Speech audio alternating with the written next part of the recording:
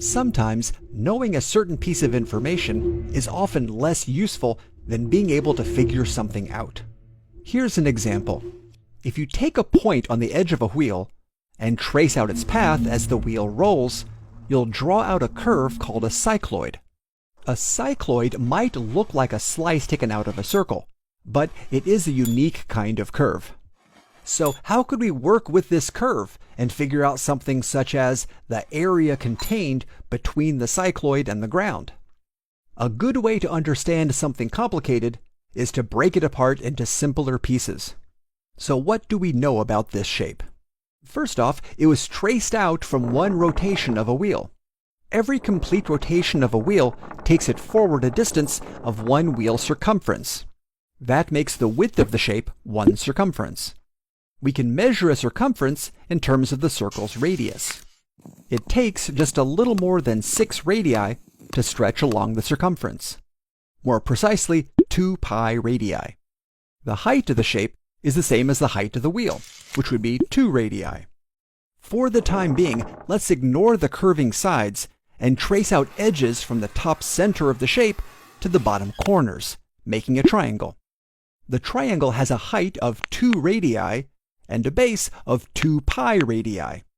We could chop this triangle in half and refit the area to make a rectangle measuring 2 radii by pi radii.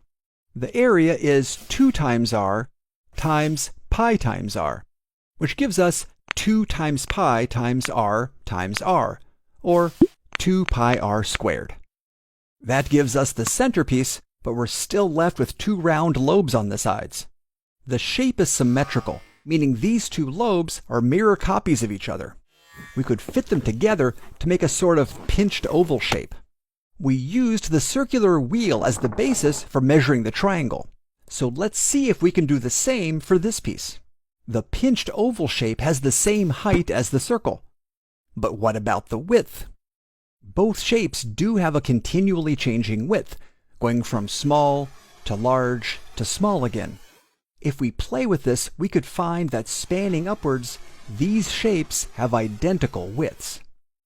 If we sliced up the pinched oval into tiny slivers, we could slide those slivers over each other to make a perfect circle. That means that this shape has the same area as this circle. We can find the circle's area by breaking it apart into smaller and smaller wedges. The wedges are 1 radius tall and stretch out to a width of 1 circle circumference, or 2 pi r. We can fit these wedges into a rectangle.